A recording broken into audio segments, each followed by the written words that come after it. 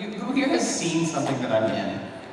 100%. But I'm going to teach you all about everything that I've ever done. Not everything. You can put your hands down, so I don't want you to have to like hold your hands way out.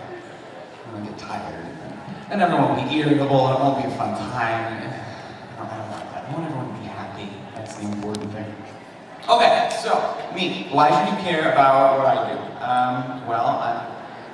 Let's see. I'm in 3 shows that are on Cartoon Network. Anyone know My Hero Academia? It's a little show. It's a little popular. Some people have seen it, maybe. Yeah, I play a character named Sir Night-Eye, who is All Might's ex-sidekick, so that's a thing. He's going to be really important in Season 4, which airs at the end of October this year. It's going to be a wild ride, so I highly recommend watching it if you want to have your heart pulled in 1,000 directions. No spoilers. No spoilers. I'm not spoiling anything. Right. What else? I'm in Dragon Ball Super. That's fun. I'm going to be having a really cool fight with a major character on today's episode that's airing today in 4 hours Hawaii time on Cartoon Network. So if you watch Dragon Ball Super, you're going to hear my voice a whole lot today. What else, man? Black Clover. Anyone like Black Clover? Any fans of Black Clover? Yes, you are fans of Black Clover. It's a good show. I highly recommend it. I play a guy named Finral, and he is a lady killer, which is really ironic if you know me at all.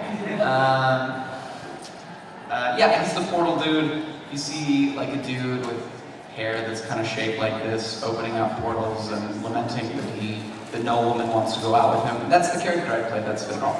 What else? Oh, I'm in the Cardcaptor Sakura reboot. That was last year. I play a guy named Unity Kaito. Very mysterious, very fun. And any fans of Studio Trigger? Studio Trigger?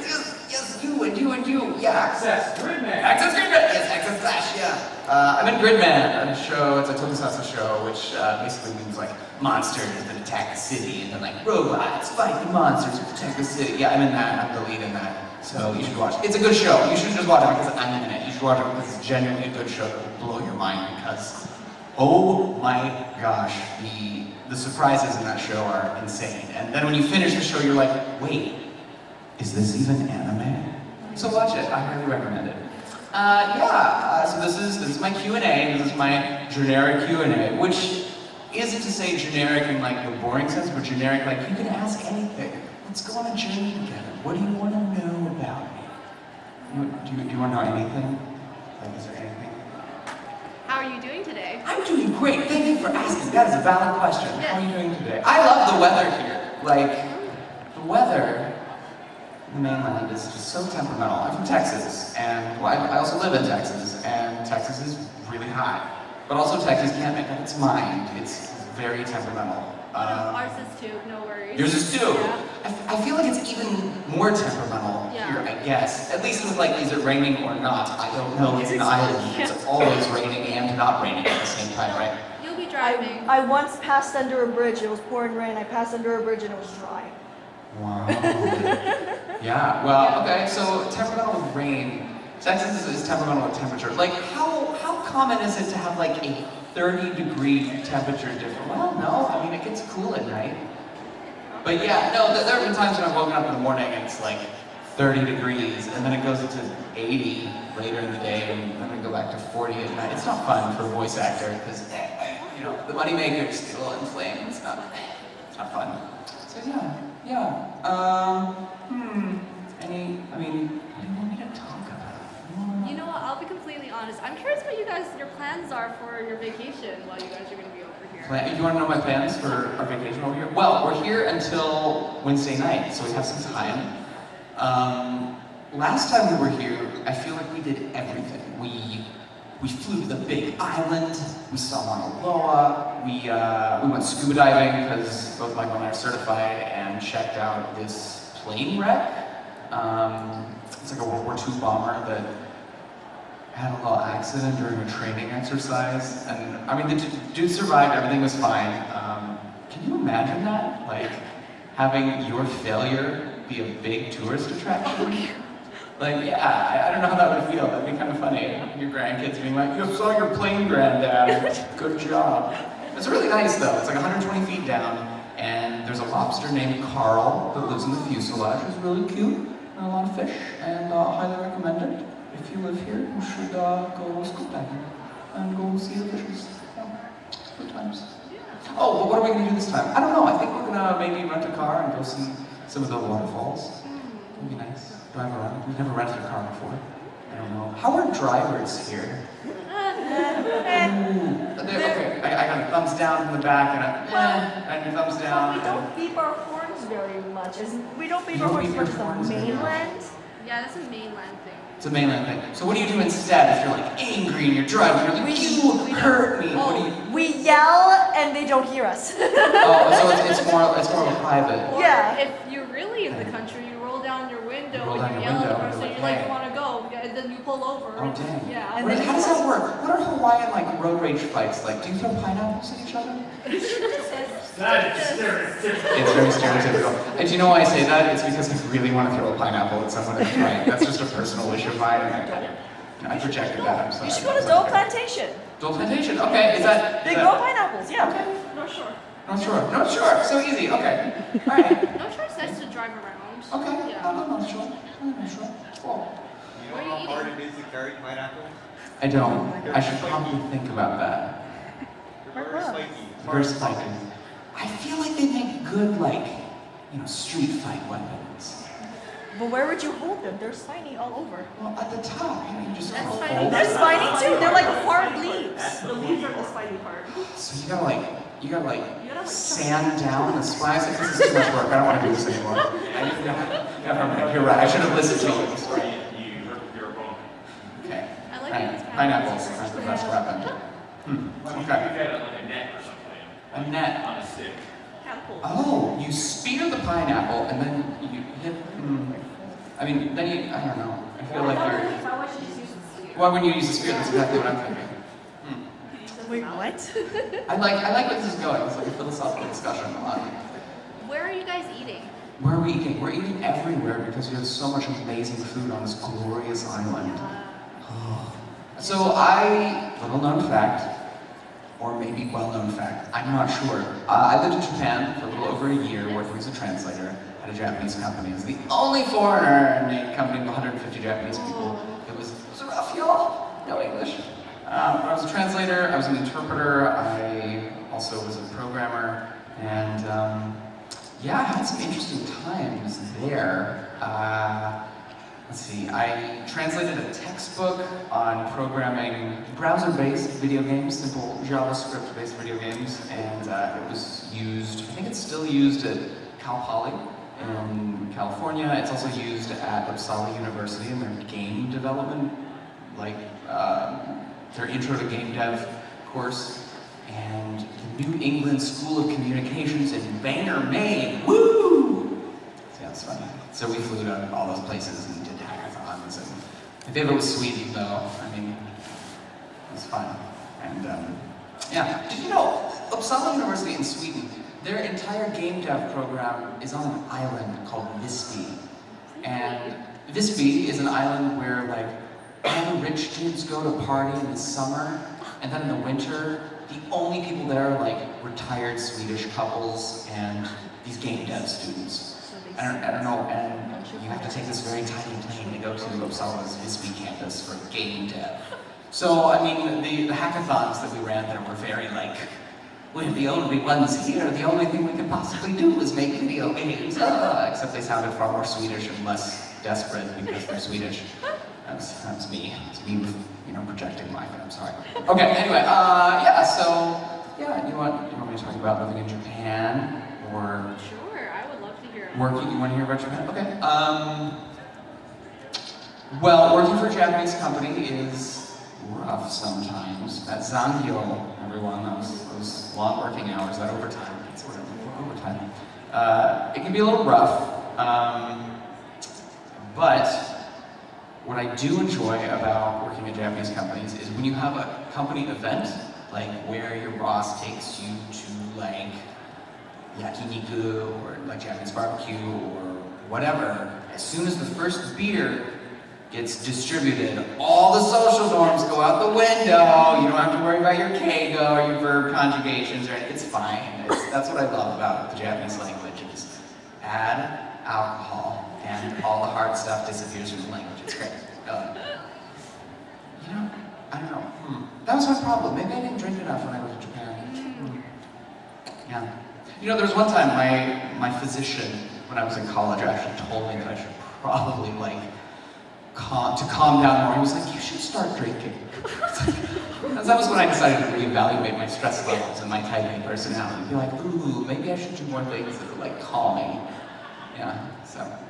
I don't advocate that. I'm sorry. That's a bad idea. I'm not a doctor. I'm not a medical professional. I start this panel to all of you lovely people. I talk about like beating people with pineapples and drinking for your stresses. Here, this is where we are. This is who I am. Thank you for accepting me, everyone. Yes, question. Yes, I was wondering, what was it like working on Smite? Smite? Oh, wonderful question. Thank you. Who here knows what Smite is? Yeah, Andy, of course. Yeah, okay, so Smite is kind of like League of Legends. Does everyone kind of know League of Legends? League of Legends. Okay, video game that is like, it's like League of Legends but first person.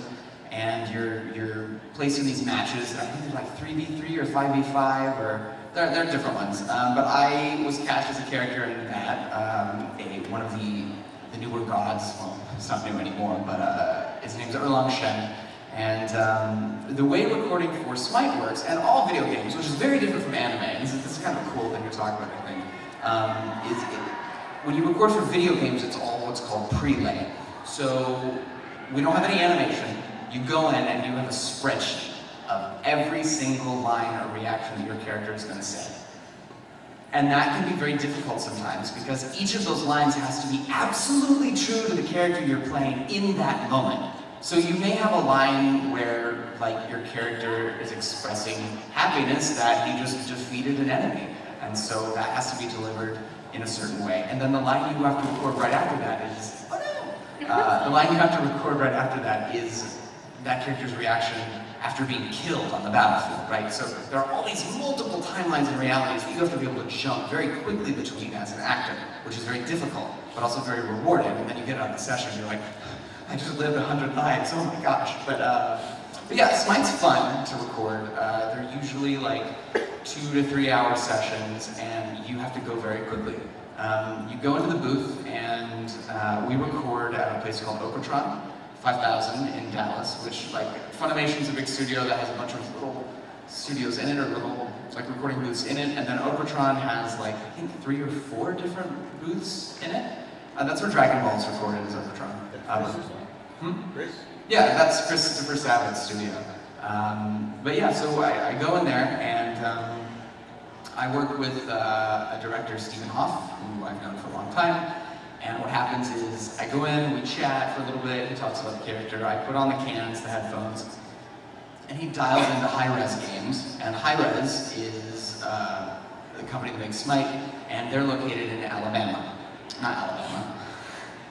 Atlanta, that's a different place, Fred. Atlanta, Georgia. And so what happens is one of the game directors will be in my headphones and they'll hear everything that I do.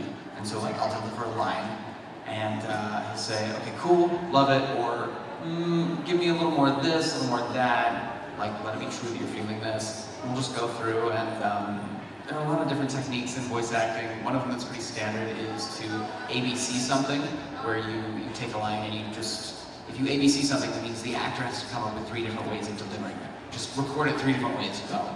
And then the director will be like, I like C, or I like A. So we do that. And usually, because of the way vocal health works and vocal stress works, is we do all of the spoken lines first, and then we do yelling lines, and then we do the reactions. And the reactions are rough. They're very vocally intensive. I mean, when you're playing a game, usually there's conflict. Usually there's fighting. If someone gets stabbed with a spear and they go, ow, it's not real. You're going to be pulled out of the moment, right? You're going to be like, what just happened? Because if I got stabbed with a spear, I'm pretty sure I wouldn't go, ow. No, it's got to sound real. You got to sound like, you got to do that. And you got to do that for like an hour straight. Oh, but that's just being attacked. You have to attack other people. and you have to die. And I'm not going to do a death yell right now because I have to speak for the rest of this, panel and autographs and stuff. Right? Thank you for understanding. But it's very loud, and that's something that it's a big issue right now in video game voiceover. Is how do we protect ourselves as actors?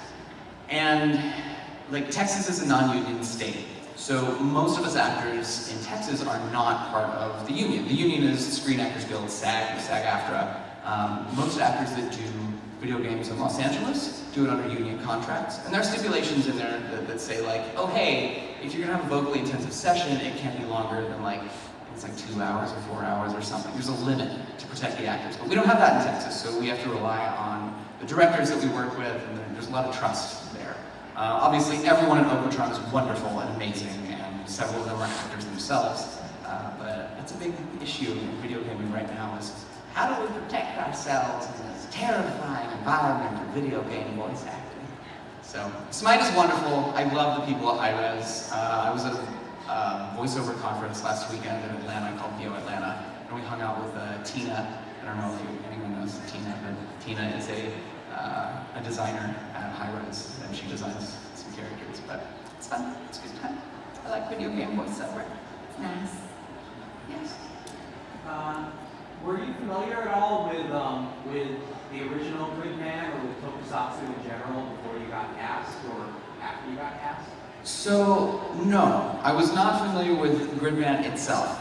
I was familiar with some Tokusatsu productions, like Ultraman and things like that, but I wasn't familiar with Gridman. What was nice was that the director I was working with was very familiar with it. When Cliff Chapin, the ADR director for Gridman, who also was one of the main characters in Gamers that I was in, Cliff is a marvelous director, but Cliff was a massive fan of Gridman when he was a kid. So he contacted me and was like, hey, I think you'd be perfect for this part. Can you send me some voice samples? I'm like, sure, okay, sure. Cliff, yeah, anything for you. And called me in for my first session, and he had like the old Gridman action figure on his desk. I was like, what? Cliff, what is that? He was like, oh, this was mine when I was a kid. I was like, what? You knew this show? You were a kid? He was like, yeah, let me tell you about the history of Gridman. And so he proceeds to tell me all about the live action show that he was a huge fan of. And he has all these action figures that he called his mom and was like, Mom, I need my own Gridman action figures. And it was really cool because he knew the show so well. Cliff's one of those directors that has this vision. He will do all of this research and he's very specific about what he wants. And that can be helpful and sometimes irritating as an actor, because as an actor you want to go in and you want to like use all of your acting talents and bring the reality to the character, which is great, but every director works differently. And Cliff is one of those directors that really has this vision that it's really well put together and makes an amazing product. I think that natural antagonism between like actor and director is what makes a great show though, because a director cannot be surprised if an actor doesn't bring something new to the table. And so I think a good director will have their vision and see what they can use in an actor that comes forward as a surprise, and Cliff absolutely does that. But I was very happy with Gridman, with how Gridman turned out. I loved everything. I loved Rob McCallum as the voice of Gridman. I loved everyone. Joe Harris, Lindsay Seidel, like, so good, so good. Those monologues, like, it's real, you guys, it's real. It's real. It's a very psychological show. Yeah. So, that's Gridman news. I see you like half putting your hand up. I got you. Oh, thank you. Correct me if I'm wrong, but I believe that you are a theater person as well, correct? I am a theater person. And you're going into productions as you've been doing some productions recently. I want to know, do you have any fun stories about being in productions, maybe blunders that weren't supposed to happen on stage and people have to improv through, or just anything fun in general that comes to mind? Totally, yeah. So the question was, talk about your theater experiences, and do you have any stories about mishaps that have happened on stage? So I was originally trained from an acting standpoint, for two things: musicals and opera, which was very unlike voice acting. Like, that's not voice acting. It's a totally different medium. It's very stylized. I do professional stage work in Dallas at Pro Theaters, And some of the shows I've done are, like I was Mordred in Camelot, I was Clopin, the Gypsy King in Hunchback of Notre Dame. Like the guy that wears the jester suit in Hunchback, I was me in the musical, the stage production. What else? I was Perchik in Fiddler on the Roof. And I was in this really edgy, modern musical called Adding Machine, where I sang a gospel solo about fire and brimstone while in a full back bend on my knees, and I could come up. And it was really I've seen that picture. You see, oh yeah, that was really hard. I got in great shape though in that show. Thanks, Anna. How are you that flexible? I wasn't. I was not that flexible when I started the show, and I told the director, I was like, I can't do this. He was like, I cast you because of your physicality and what you look like. You're doing this, or I'm firing you. And I was like, okay, yes, I'm doing this. And in rehearsals, I'd do back bends and go back further and further, and I'd be singing, and he's like, no, you're not projecting enough, and he would like push down on me while I was in this back bend. I'd be like, oh my god, he's like, sing! I'm like, ah! But in the end, I could do it, so. He's a good director that pushes you, not too far, but beyond what you think you can do. It was good. Mishap. So Clopin, the Gypsy King, has magic, right? And he, I think in the Disney musical, he'd have like these smoke bombs. He'd be like, boom, and they disappear, right? So we wanted to replicate that effect in the stage production. The way we did that was I had something called a pyrotechnic ring. And the ring, it's like, it's metal that's painted flesh colored, and it's got a band that goes around your finger, and then it's a little cup, a little metal cup that you palm in your hand. So I'd be like singing and stuff, and you couldn't see it because my hands were turned this way. And in that little cup, they put some flash cotton, which is just really thin cotton, and they put gunpowder in it. And then there's a little piece of flint that you can flick with your thumb. It's a wheel, kind of like on a lighter, like when you flick the lighter, it creates a spark. Well, there's a little like flint wheel on the ring. And so I do my bit, I'd sing, and then I have to save Esmeralda and like grab her, and I throw my hand up and flick the pyrotechnic ring. And there's a huge flash of fire that comes out of my hand at this pyrotechnic ring. And then as soon as the fire appears, the techies would shut off all the lights, and then turn all the lights back on, and in the time when the lights were off, I would run off stage with Esmeralda, and oh no, where did they go? I saved Esmeralda, right? That's how it's supposed to work. Well, there was one night when the ring would not fire. So I'm there, and like the soldiers are attacking Esmeralda, and I grab her, and I say like the Romani gypsy thing that I'm saying, and I throw my hand up, and nothing happens. And I look around, and it became this bit that I had to suddenly go with. And I was in the mind of the character, thank goodness, and I was thinking, oh my god, what would Clopin do if this happened and his fire didn't work? Like, crack, crack, crack, crack, crack. And so I did this bit while I tried to fix the ring. And I kicked one of the soldiers away, and then finally I was able to figure out what it was. A piece of the cotton had gotten stuck in the flint wheel. And so I'm like kicking the soldier and like trying to like not make it obvious that I'm looking down at this ring that isn't supposed to exist, and it's not supposed to be seen by the audience, and eventually I made it work. It was like, boom, and the techies were right there and shut off the lights, and it was fine. It could have been really bad. At some point, I contemplated like kicking a soldier and just running off stage with Esmeralda, which probably would have happened if I couldn't get the ring to fire. But yeah, stage mishaps can be really bad. I want to talk about this wonderful story that I know of. It was not a production I was in, but it was a production that I think Chris Ayres was in. And Chris Ayres tells a story of this production of Jesus Christ Superstar. And it's a big musical, and it has, like, I guess the director wanted the end of the second act, which is this big musical number, to have these doves that would fly over the audience. It would be amazing and just incredible and otherworldly. Well, they didn't rehearse with these doves, which isn't a good idea. You should always rehearse with everything that you're doing in a show, especially live animals, because things can happen. And they decided that, ooh, well, wouldn't it be great if we had them up in the rafters? We would just drop them, and then they fly out over the audience. It would be magical. You know, because maybe if they're on the ground and you open the cage, they won't fly. They'll just stand there like, what is everyone looking at me for? But if you drop them from the heavens, then they'll have to fly. That makes perfect sense. What could go wrong? Well, let me tell you what could go wrong and what did go wrong.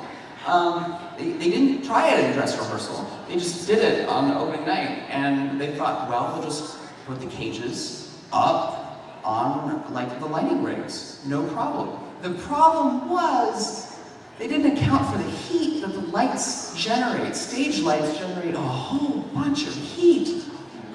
So the birds cooked. And so when they opened the cages so the doves would fly over the audience, while the actors are doing this big musical number about Jesus and heaven and disciples and saving your soul, these birds are falling down from the heavens onto all these singing actors. And the show had to go on. Always rehearse, everyone. Make sure you rehearse. It's really important. The other thing is that when they put the cages up there, they had to like change the alignment of some of the lighting rigs. And in the show, at the end of the first act, I guess like Jesus on the cross or whatever, and it's like flying up. And I guess they didn't have enough room in the heavens of the theater to get the cross and the actor on it like all the way up there. So they would just bring it up mostly up there, and then the guy playing Jesus would just pull his little sandwich feet up and like, pull himself onto the rafters, and he'd be fine. Well, when they had to realign the lighting rigs, they didn't account for the dude's head. So when the cross went up, the guy bumped his head and was knocked out. So he didn't pull his feet up. Instead, everyone's singing about Jesus, and here's Jesus' sandaled feet, just like swinging back and forth until the techies could run up there and like, pull him up. Yeah, so that was always rehearse, everyone. That's the lesson. Make sure to rehearse. It's very important. And that's my story about ill-fated theatrical productions. Thank you. You're welcome. You're wonderful. Yes. So, in the Hunchback of Notre Dame, you had a modified firearm strapped to your hand? I did have a modified firearm strapped to my hand. I was a little terrified. The guy playing Don Frollo, who's like the big bad dude with the low voice, and, you know, Hellfire, the guy that sings Hellfire. He's the one who, a very experienced actor, who brought the ring. He was like, I got this ring, it'll be great, so cool, let me show you how to use it. Just put in the gunpowder and then boom, it's fine, don't worry about it. I was like, oh my gosh, this is terrifying. I'm not a gun person, even though I live in Texas. My parents are from the north. So it was a little disconcerting to like have this ring. It was totally fine though. I mean, after you fire it a few times, you realize, oh, it all burns up very quickly. And it's not like a bunch of gunpowder. It wasn't like a kaboom. It was just, you know, it's like seasoning. You don't want too much gunpowder. Just dash. Pop it. Blow up. No, always rehearse. What else?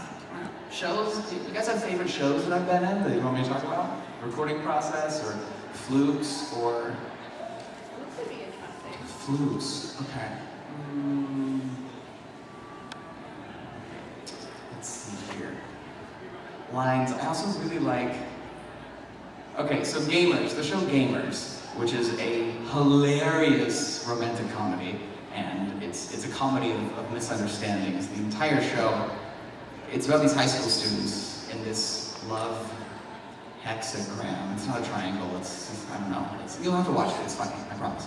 But the scriptwriter on that was Patrick Seitz, and if any of you know who Patrick Seitz is, he's an amazing person and brilliant, and he's so funny. He's one of the funniest scriptwriters in this business, and I was so lucky to work on a show where he was the scriptwriter and I was the lead in it, because this show had so many references to video games that he would just blend in perfectly. I think I was playing a game on Nintendo DS called Rune Factory. Anyone know Rune Factory? I was just, you know, like, planting my turnips like you do, and there was a turnip joke in the script because one of the characters was playing Rune Factory 4, and it made me really happy. But also the way that he wrote my character, Keita Amano, was so much fun. There's a scene where he and the female lead, Tendo, are on a date at a water park, and she's got herself all like, she's all hot in a little bathing suit at the water park, and And she comes up to him and she's like, so what do you think? She's being all sexy. She's got a low-cut bikini top. And he's like, oh my God, what do I do?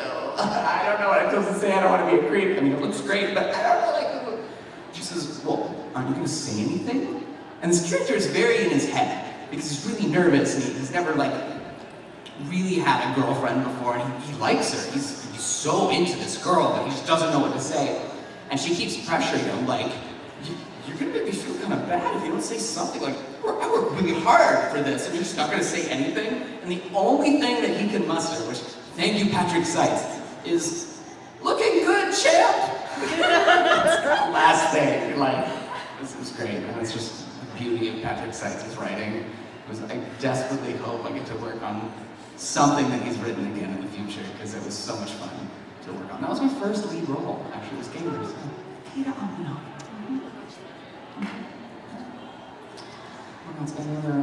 question? I noticed in the credits, like, voice actors are also, like, on the production side. Is that, like, often the case in the industry now? Well, sometimes, yeah, the question is it common to have voice actors credited on the production side too? Like, do they work on production? And yes, very much so. I have only, let's see, I've mostly only done voice acting, but I have done time coding. Time coding is where it's a very integral part of the process where we get the materials from Japan, it's like the raw episode in Japanese, and then we get a script. And the script is sent to a translator translates it, and then the time coder goes through and makes sure the time code on all those lines are frame perfect. They go through every frame of the episode, frame by frame, 23.5 frames a second. And write down the exact time that the mouth flap opens for a given line. They will also add in the reactions, like open mouth sigh, or closed mouth grunt, or like CM to OM, which is closed mouth to open mouth, I don't know, like discovery. Oh, like with time code. It's very tedious. I did it for all of Attack on Titan Season 2, and then I never did it again. But I was involved in production in that way for the dub of Attack on Titan Season 2. Yes. Did you choose that job, or were you like assigned it? I did. No, I chose that job. I was trying to take on more work, and so I trained in time coding when I did it.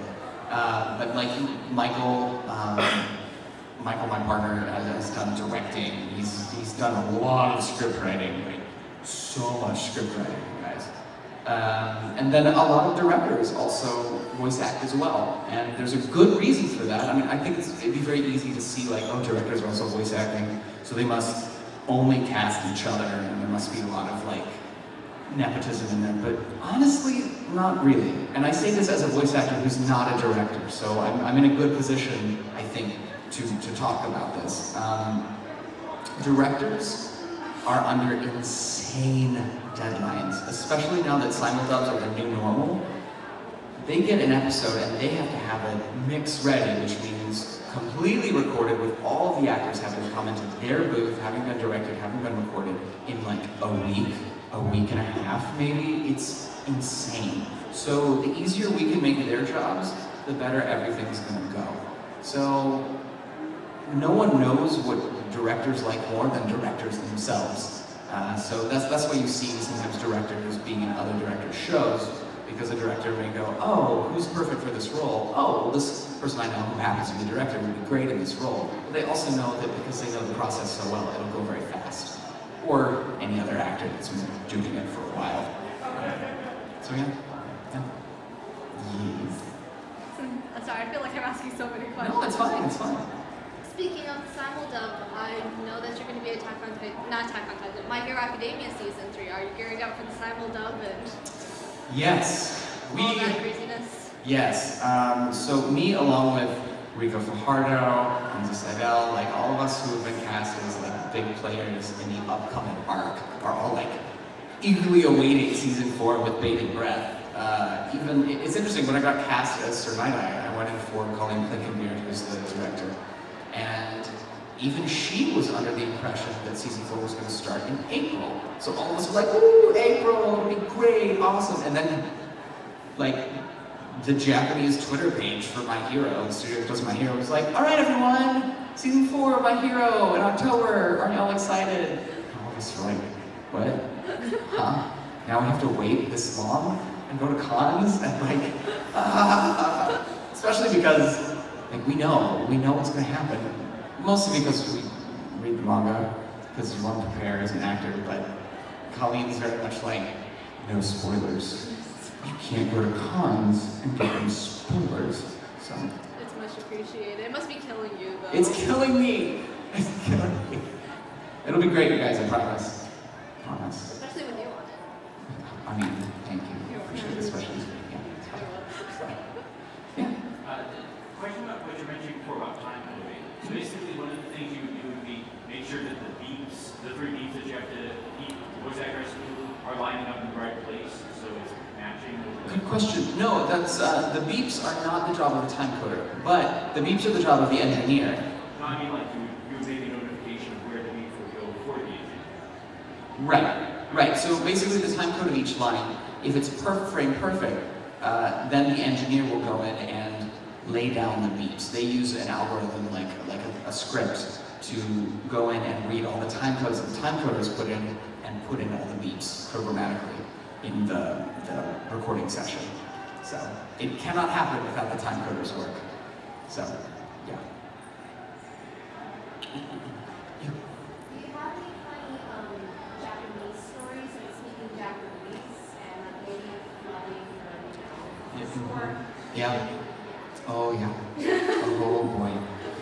So I studied Japanese in college for 4 semesters before I studied abroad for half a year.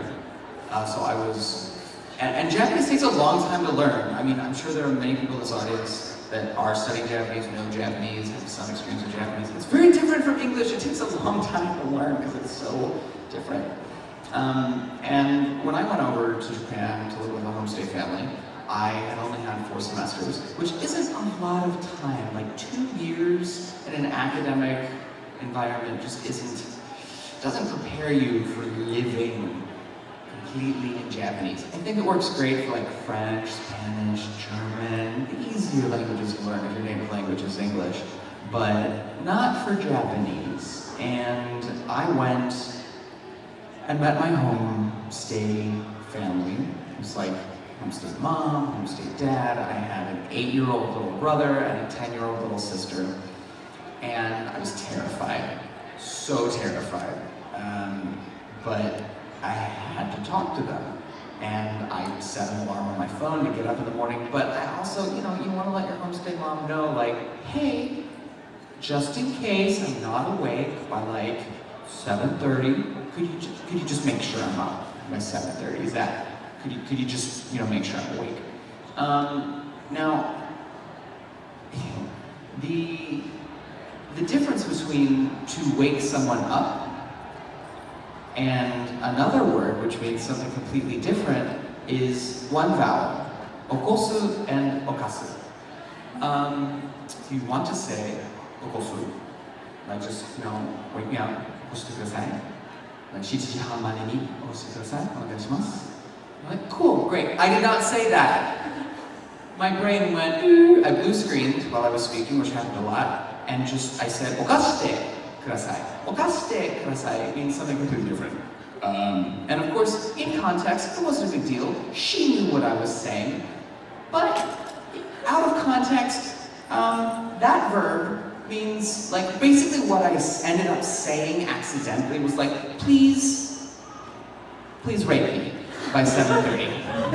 And then my homestay mom was like, you might want to say this instead. Next time you ask someone to wake you up in the morning, use this word. Because what you said does not mean what you think it meant. Like, thank you for telling me that. So that was one. What's another one? I had an interesting time interpreting once for at a startup event in San Francisco.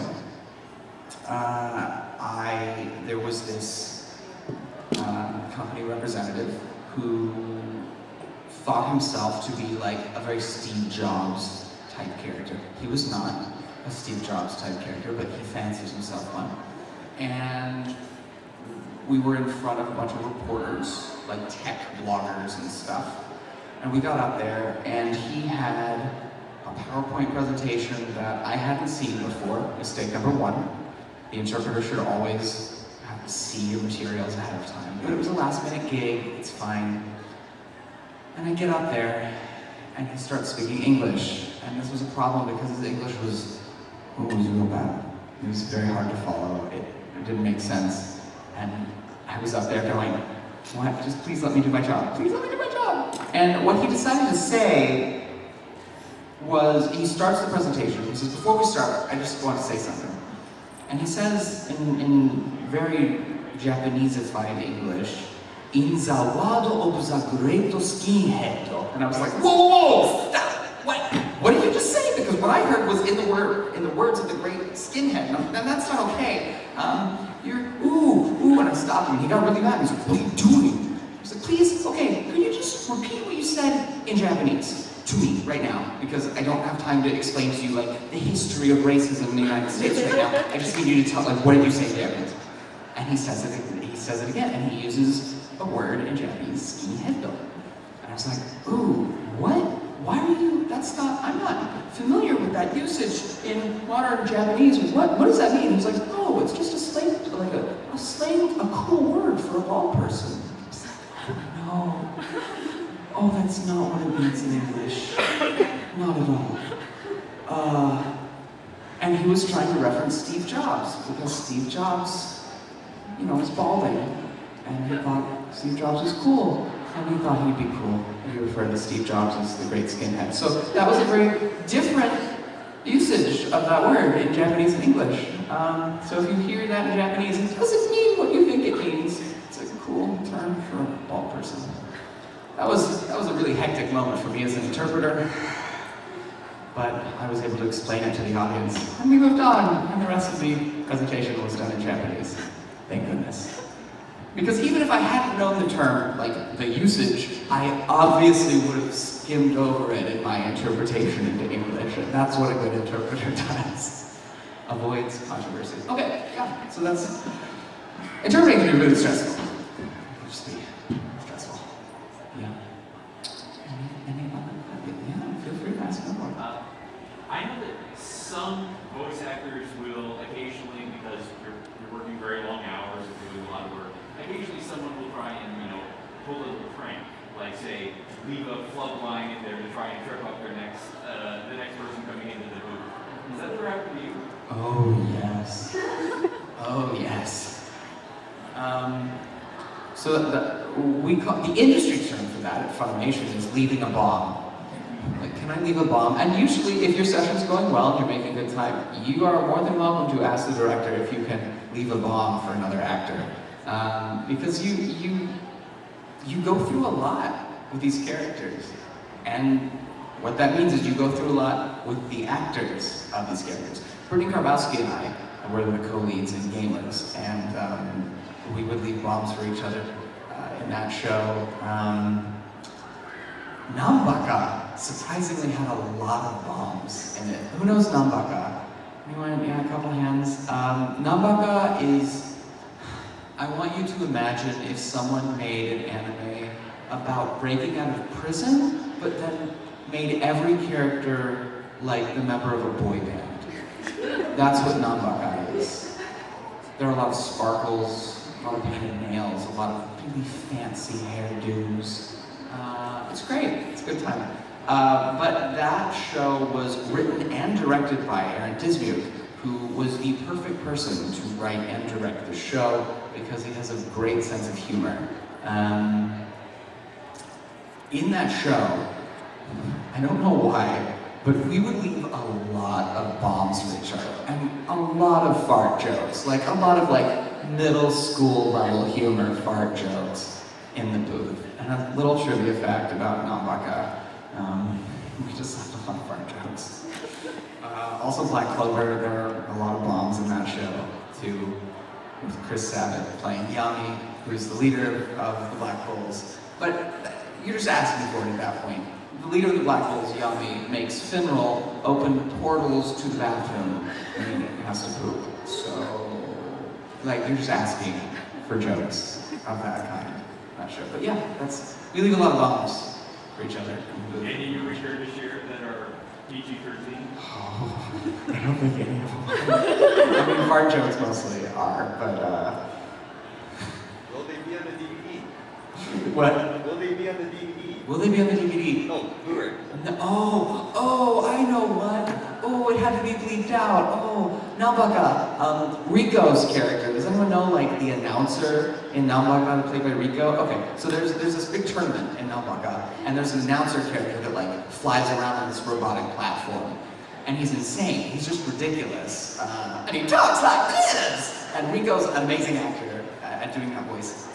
But anytime that character, like the way that Aaron Dismuke localized it was to have that character like insult the audience all the time. Like, good morning, you beautiful bastards, except it was way worse, like so much worse. There were times when it would just say like, Rico, improv, like go, whatever. Because sometimes the mouth would be obscured, and if the mouth is obscured while the line is being delivered, you don't have to be as precise about what you're saying, because it doesn't have to match lip flaps, right? So Rico would just go on these long profanity-laden tangents talking to the audience, all in good fun, and then they would actually bleep it out. So when you hear that character like yelling at the audience in a cheerful, joyful way, and you hear the bleeps, he's saying stuff. He's absolutely saying stuff, but it was bleeped. That's more fun trivia about Nambaga. Yeah, and I don't think there's any version where it's not bleeped out. I don't know, I hope there's a version where it isn't, but one can hope. If there's ever an uncensored version of Nambaga, it's gonna be great, you guys. Hopefully the licensors will agree to that someday. Sneak it to us somehow. I don't have access to it. I wish I did. Only like Aaron Dismuke and his engineer do. Bribery. Bribery, right? So what you're saying is we need to bring him to con and then bribe him. So that we Yeah. can- okay. Yeah. What you need to do, bring Aaron Dismuke to a con and then threaten him with pineapples. Be like, yeah. And we should sand down little spikes. And like, yeah. Or do you think it'd be material for like 18 plus panel? So 18 plus panel. Yes, that's a good idea too. Aaron Dismuke's 18 plus non-markup panel. I love that. Oh my gosh. Yes. Have you ever shared too much personal information, or maybe during an interview or a panel, or just a conversation with a coworker and someone that you know in your professional world? Have you ever just got to a little bit, you shared too much information?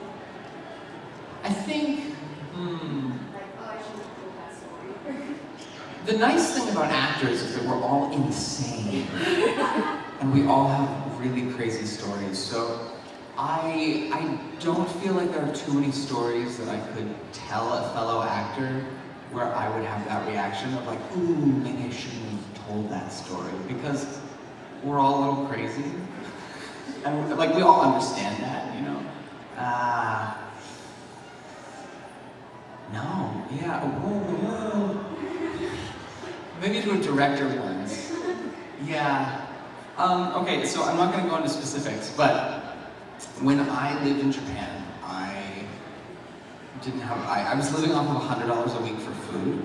I lived in downtown Tokyo. I accepted a job at like a really low salary because I thought the opportunity was amazing, and I was like, yeah, sure, no problem, I can make this work.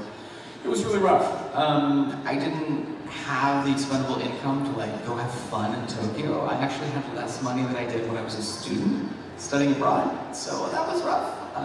But I made it up in other ways. Like, I would interpret for musicians and like booking agents and managers for musicians specifically, because I had a lot of experience interpreting at conventions for musicians, rock bands, stuff like that.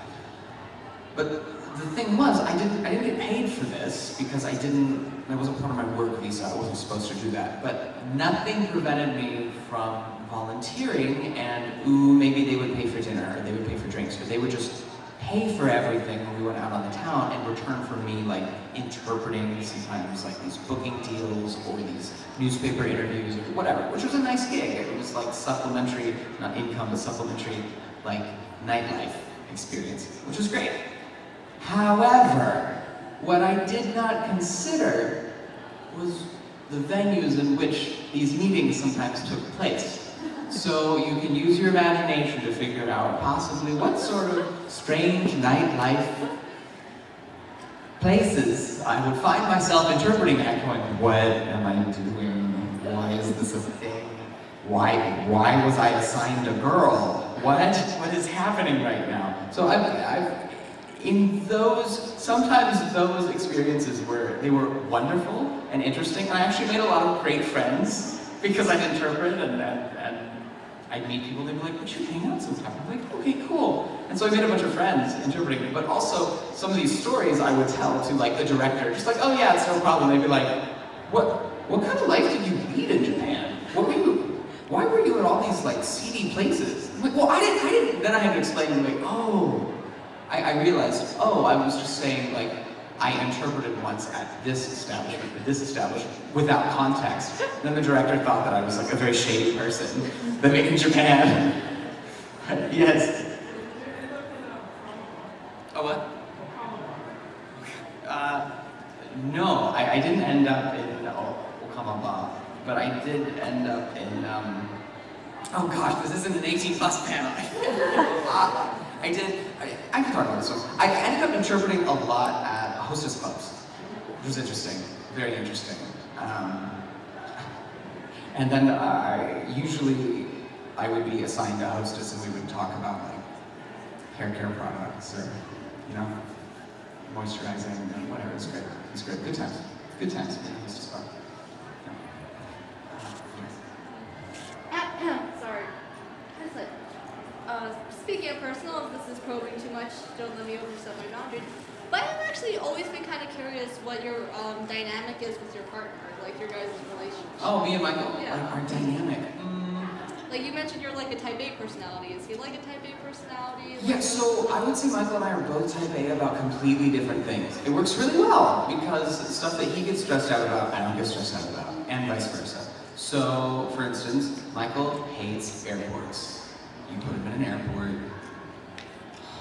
he's not, like long lines and airports where he has to like depend on other people and like big public setup, he's not a fan of. Now me, I'm like, yeah, whatever, it's fine, it's fine. So it's a good balance, it's a good balance. Me on the other hand, I get really stressed about like, well, we have to have a budget and what are we gonna do if we don't have $1 zillion in savings? And it's like, maybe you should enjoy yourself. Oh, that's a concept, you know. So that's our dynamic, really. I'm the one that's like, we have to do this, and we have to do this, and we do this, and Michael's like, let's have fun, yay! So it's a good balance. It's important to have a let's have fun, yay element in relationships, I think. Yeah. So if he has problems with airports, I imagine coming here was a bit of a stressful experience. No. And when I say he has problems with airports, it's not like, airports, it's like, we have to leave. Aren't we leaving for the airport soon? Babe, like, the plane leaves in like 3 hours. And okay, we're not. I'll finish packing. It's like that. He just wants to be like extra prepared. That's it. It's not a big deal. It's not like he's terrified of airports. It's just, they're stressful. They're just stressful. Yes. So then, I guess follow-up question, what is the best and worst airport you guys have been to since you guys travel a lot? Oh, what a great question. Best and worst airports that we've been to. And why? Start with worst. Okay. Worst airport.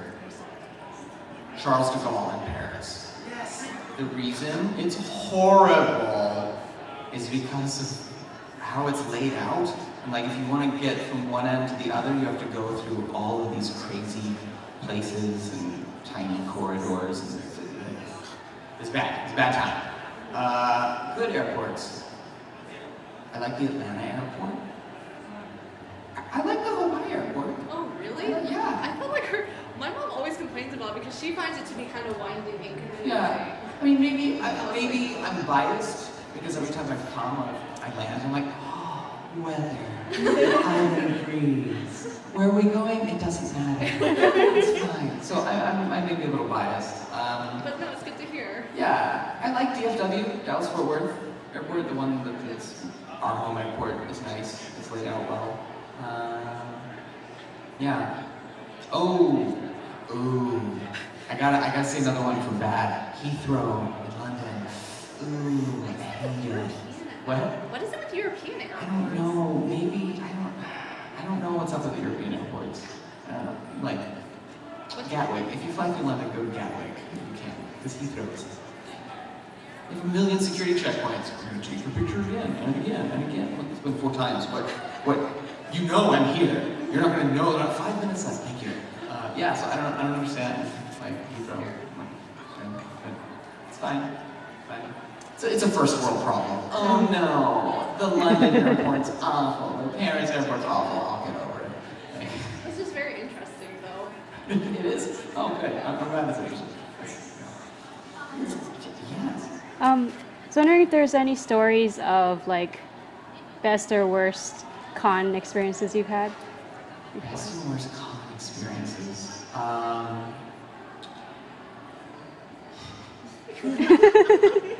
Yeah, I had a really bad one. That wasn't the fault of the convention, I just want to say. I was interpreting for the Earthbound Papas. Some of you may have seen them here, actually, in the past, in Hawaii, but that's Nobuo Uematsu's band, the Final Fantasy composer. I was interpreting for them. I interpreted for them, I think, like 5 or 6 times. And the first time I came with them to Hawaii, I'm sorry. Nobuo's guitarist, who is like a very famous guitarist, who's in his, I want to say like early 50s, he's a legend, and plays like a $20,000 guitar. We got to the airport, like I landed, they landed, it was great, went to the oversized baggage, his guitar case comes out, we open it up, the headstock is broken, it's just like snapped right down the middle. And as an interpreter, as a guest liaison, like, everything sunk. I was like, my life's over. Everything's over. I'm just gonna go, I'm gonna run away, and I'm never gonna come back. I'm gonna jump into the Pacific Ocean and disappear. What is my life right now? So I'm freaking out. He seems oddly calm. He was Japanese. Because he's Japanese. Right, inside he's like, this is horrible. But on the outside he's like, meh. Okay, so I'm trying to call the airline. It was Delta, by the way. His name was Delta. And of course the airline's like, well, not our fault. I'm like, well, it kind of was. I mean, your people broke it. Sorry. And then I realized why he was so calm. He was like, oh, it's fully insured. I've already called my insurance company. They're gonna fix it or buy a new one or whatever. I don't care. That must be nice to be on that level. We're like, oops, they broke my $20,000 guitar, no big deal. Okay, well that's not me, but fine. Then the issue became, can I find a guitar that matches the one he had on Oahu before the concert in 36 hours? That was really stressful. It was like me calling every guitar shop on the island until I found one that was like, oh yeah, that's my personal guitar. I have that exact same guitar. That's my guitar. And I was like, oh, so I'm guessing he can't use it, right? And he's like, no, it's fine, yeah, bring him over. Huh? And then the dude, like, handed it over and he played it and they had like this moment of like epic guitar, like transcending the language barrier, like, I don't know what it was. It was like they played and they passed the guitar back and forth and then the guy was like, cool, just bring it back to me in 2 days. Don't worry about it. Yeah, clearly, there's something magical about this place, because it was like, what? Okay, I'm gonna go with it. So it was magical. It was like, Delta screwed up, and like the beautiful culture of Hawaii saved the day. So thank you. That was the worst. The best, I've had a lot of wonderful experiences at conventions. Oh gosh, I'm trying to pick one. It's so difficult. Ireland, Cork, Ireland. There's a tiny college convention that brought me and Michael over, and then like drove us all over Ireland. And it was like, oh, let's go see the Blarney Stone, and oh, we don't need to put you up in a hotel. Let's put you up in a bed and breakfast. I'm like, oh, okay, and it was amazing. And the bed and breakfast was run by this like huge old Irish woman that looked like she had like a serious go at like an international rugby. Like 0 minutes left. Oh, rugby, rugby career. She just looked like a rugby player, and she made us a whole bunch of food. It was amazing, and that's my story. Thank you for coming. Thank you for coming. Thank you so much. I'm going to do autographs in half an hour in the Teen Learners Hall. So come see me. I'll send your stuff. I got some prints. I got Finral. I've got Gridman, I've got Sir Night I've got a bunch of guys, so just come check them out. I'll see you in the Thank you, everyone.